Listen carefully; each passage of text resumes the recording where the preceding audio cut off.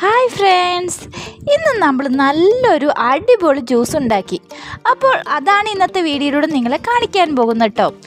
ഈ ജ്യൂസ് ഉണ്ടാക്കാനായി നമുക്ക് വേണ്ടത് തണ്ണിമത്തനും പാലും പിന്നെ ആവശ്യത്തിന് പഞ്ചസാരയുമാണ് വേണ്ടത്.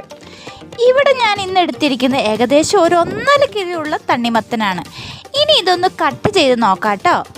നല്ലത് നോക്കിയേ വാങ്ങിയത്, എന്താകുമോ എന്തോ. ഇത് മുറിച്ചപ്പോൾ നമുക്ക് മനസ്സിലാവുന്നത് അത്ര നല്ല തണ്ണിമത്തനല്ല. തണ്ണിമത്തൻ്റെ ഉൾഭാഗം കാണാൻ വലിയ ഭംഗിയൊന്നുമില്ല. പിന്നെ അതുമാത്രമല്ല, അകത്തുള്ള ഫ്രഷ് വളരെ കുറവാണ്. എന്തായാലും സാരമില്ല, ഉള്ളത് കൊണ്ട് ഓണം പോലെ. ഈ ചൂടിൽ നിന്ന് രക്ഷപ്പെടുക എന്നതാണല്ലോ മുഖ്യം. ഇവിടെ ഞാൻ ചെയ്യുന്നത് തണ്ണിമത്തൻ്റെ ഒരു പകുതി നമ്മുടെ ജ്യൂസിൽ ചെറിയ കഷ്ണങ്ങളാക്കി ചേർക്കുകയും പിന്നെ മറ്റേ പകുതി പാലിൽ അരച്ച് ചേർക്കുകയുമാണ് ചെയ്യുന്നത്. അപ്പോൾ അതിനു വേണ്ടിയാണ് വീണ്ടും കഷ്ണങ്ങളാക്കിയിട്ട് തണ്ണിമത്തൻ മാത്രം അതിലേക്ക് എടുക്കുന്നത്.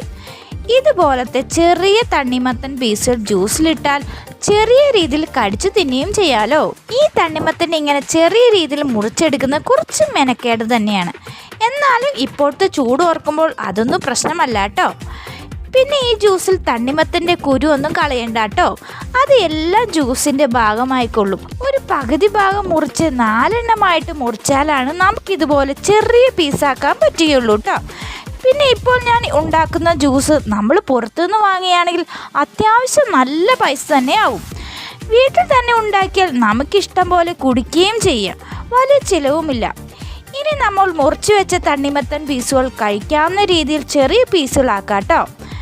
ഇപ്പോൾ എങ്ങനെയുണ്ട് കാണാൻ? നല്ല ഭംഗിയില്ലേ? ഇനിയും ബാക്കിയുണ്ട് ജോലി. ബാക്കി വെച്ച പകുതി തണ്ണിമത്തൻ എടുത്ത് ജ്യൂസ് അടിക്കണം, അതും പാലിൽ. അതിനായിട്ട് ആദ്യം ചെയ്യേണ്ടത് തണ്ണിമത്തൻ കുറച്ച് ചെറിയ പീസുകളാക്കുക. പിന്നെ അതിൻ്റെ ഫ്ലഷ് എടുക്കാൻ എളുപ്പത്തിൽ ഞാൻ ഇതുപോലെ കട്ട് ചെയ്യുന്നുണ്ട് കേട്ടോ.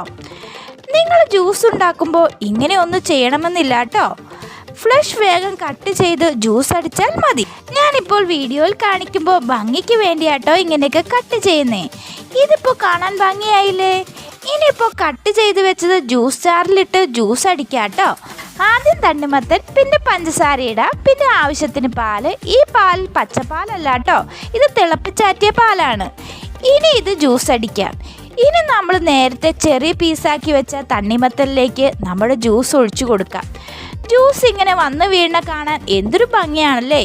ഇതിപ്പോൾ നമ്മൾ മറ്റ് കളറുകളൊന്നും ചേർക്കാതെ തന്നെ നാച്ചുറലായിട്ടുണ്ടാക്കിയ ജ്യൂസാണ്. ഇനി ഇതിൽ സ്പൂൺ ഇട്ടൊന്ന് ഇളക്കി ഇനി ഒരു ഗ്ലാസ്സിലേക്ക് പകർത്താം കേട്ടോ. അതിനായിട്ട് ഇവിടെ ഞാൻ എടുത്തിരിക്കുന്നത് പോലത്തെ വലിയ കുഴിയുള്ള തവി വേണം. എന്നിട്ട് ആദ്യം കുറച്ച് തണ്ണിമത്തൻ പീസുകൾ ഗ്ലാസ്സിലേക്ക് ഒഴിക്കാം. പിന്നെ പുറകെ ഗ്ലാസ് നിറയെ ജ്യൂസും. ഞാനിവിടെ 3 ഗ്ലാസ്സാണ് നിറയ്ക്കുന്നത് കേട്ടോ. എന്തായാലും ഈ ജ്യൂസ് നമുക്ക് വിശ്വസിച്ച് കുടിക്കാം, നാച്ചുറൽ അല്ലേ. പിന്നെ ഇവിടെ ഞാൻ ഐസ് ഇടുന്നില്ല കേട്ടോ, ചെറിയ ജലദോഷമുണ്ടേ. ഐസ് ഇടണം എന്നുള്ളവർക്ക് ഐസ് ഇടാം കേട്ടോ. അപ്പോൾ നമ്മുടെ ചിലവ് കുറഞ്ഞ വില കൂടിയ ജ്യൂസ് റെഡി. ഇനി ഞാനൊന്ന് കുടിക്കട്ടെ. ഞാൻ ഉണ്ടാക്കിയത് കൊണ്ട് പറയല്ല കേട്ടോ, സംഭവം കിടുക്കിയിട്ടുണ്ട്. അപ്പോൾ നിങ്ങളൊന്ന് ട്രൈ ചെയ്ത് നോക്കണം കേട്ടോ. അപ്പോൾ അടുത്ത വീഡിയോയിൽ കാണാം. ബൈ.